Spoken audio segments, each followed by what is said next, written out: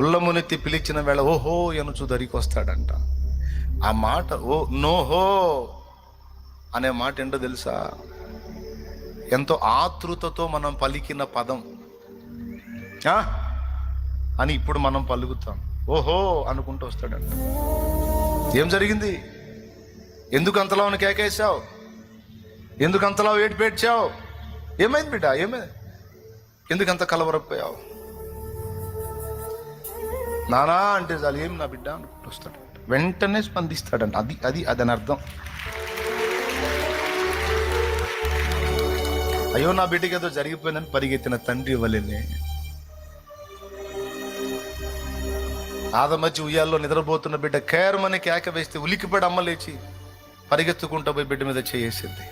ఏమన్నా ఆలస్యం చేసిద్దా? ఆ అమ్మ కంటే ఎక్కువ నా యేసయ్య.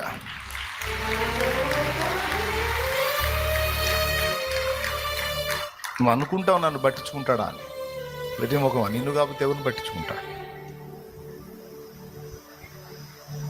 వాడు తీసుకొచ్చి పెడతాడు ఈ అనుమానాలనే. దరిద్రుడు కూడా ఉన్నాడు, శత్రువు దరిద్రుడు. వాడు తెచ్చి పెడతాడు దరిద్రపు అనుమానాలన్నీ.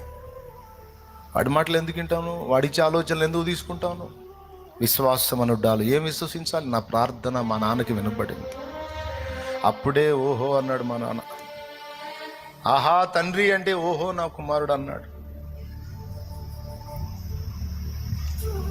ఉల్లమునెత్తి పిలిచిన వేళ నోహో నన్ను దరికి వచ్చు. అలా ప్రార్థన వింటంగా దిగి వస్తాడంట నువ్వు కేక వేస్తే. భక్తుల అనుభవం. ఏ బంధము కూడా చాలదు యేసు అనుబంధానికి.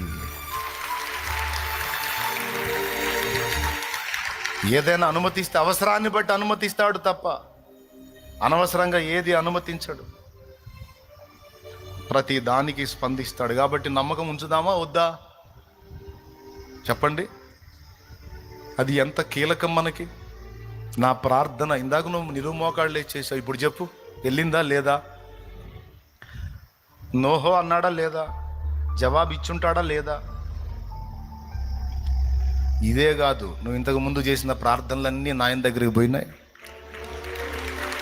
అన్నిటికీ కలిపి ప్రతి దానికి ఉత్తరం ఇమ్మని పర్మిషన్ కూడా జారీ చేసేసాడు. నువ్వు పాపివి కదా, నువ్వు పాపం చేసావు కదా, నీ నోరు మంచిది కాదు, నీ కళ్ళు మంచివి కాదు, నీ క్రియలు మంచివి కాదు, నీ ప్రవర్తన దరిద్రం, నీ ఆలోచనలు చండాలం.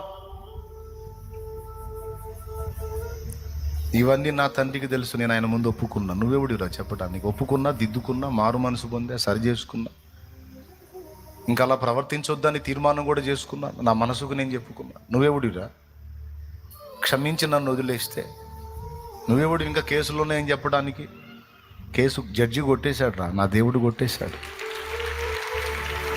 గనుక నా ప్రార్థన వింటాడు. ఒకటి ప్రేమను బట్టి వింటాడు, రెండవది నేను ఒప్పుకున్నందున క్షమించి వింటాడు. మూడు అసలు ఆయన మా నాన్న.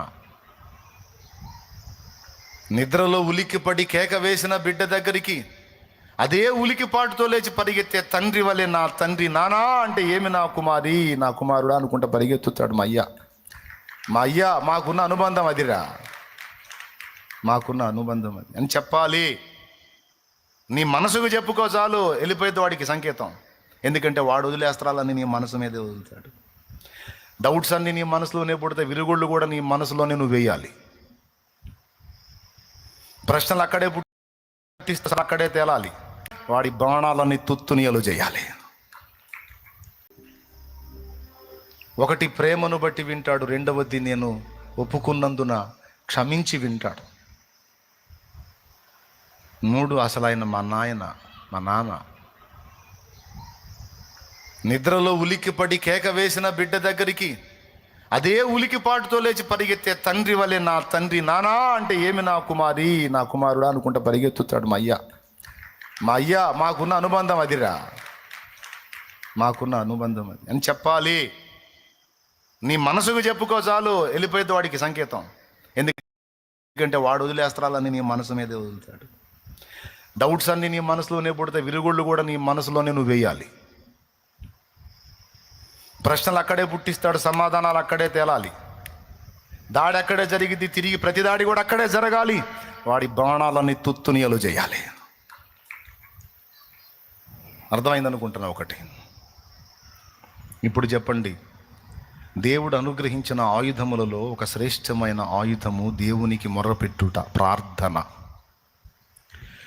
ప్రార్థన. కానీ నేడు చాలామంది ప్రార్థన బలిపీఠాలు దరిద్రంతో నిండిపోయాయి. ప్రార్థన లేదు, మోకాళ్ళ అనుభవం లేదు, పట్టుదలగా మొర్రపెట్టే అనుభవాలు లేవు. అంత ఆర్డినరీ ఆర్డినరీ ఆర్డినరీ ఆర్డినరీ. నేను చెప్తున్నానండి, ఎంత ప్రతికూల పరిస్థితుల్లో నిన్ను చుట్టుముట్టిన, ఎంత విపత్కర పరిస్థితుల్లో నిన్ను చుట్టుముట్టి నిన్ను కార్నర్ చేసేసి, రౌండప్ చేసేసి నిన్ను ఇరికించిన, ఒక్కటి చేయి, ఒక్కటి చేయి. దన్మని మోకాళ్ళే, దన్మని మోకాళ్ళే,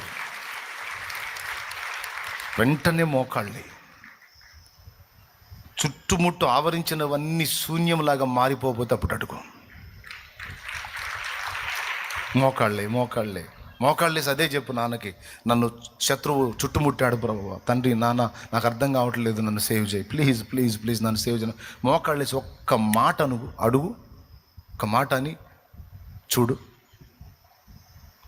కానీ కుట్రేందో తెలుసా, నిన్ను మోకాళ్ళు వేయనీయుడు వాడు. వేరే చెత్త ఆలోచనలన్నీ వస్తాయి కానీ మోకాళ్ళు వేయ బుద్ధి కాదు. ఎందుకంటే నీ బాడీ నీ కోఆపరేట్ చేయదు, దాన్ని మొద్దుబారుస్తాడు వాడు. మోకాళ్ళు వేయనీయుడు, అది ఒక్కటి తప్ప అన్నీ చేస్తావు. నువ్వు విపరీతంగా ఆలోచిస్తావు, టెన్షన్ ఫీల్ అవుతావు, భయం ఫీల్ అవుతావు, ఒత్తిడి ఫీల్ అవుతావు, నరక యాతన అనుభవిస్తావు, కానీ మోకాళ్ళు వేయవు.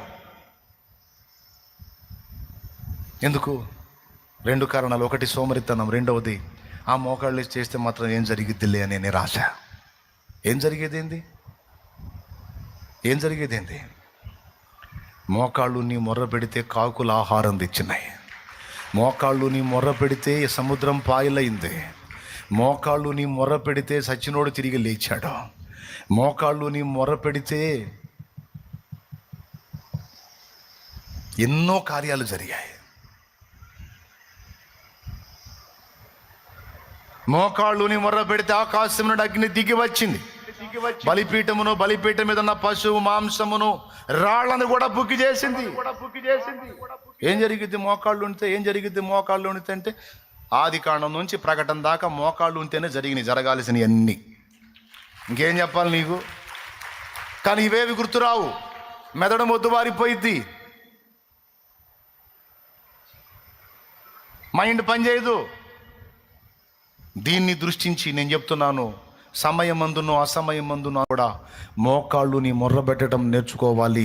దాన్ని నిర్లక్ష్యం చేయకూడదు, అది సాధన చేయాలి బిడ్డ. మనం దేవునికి స్తోత్రం కలుగును కాక.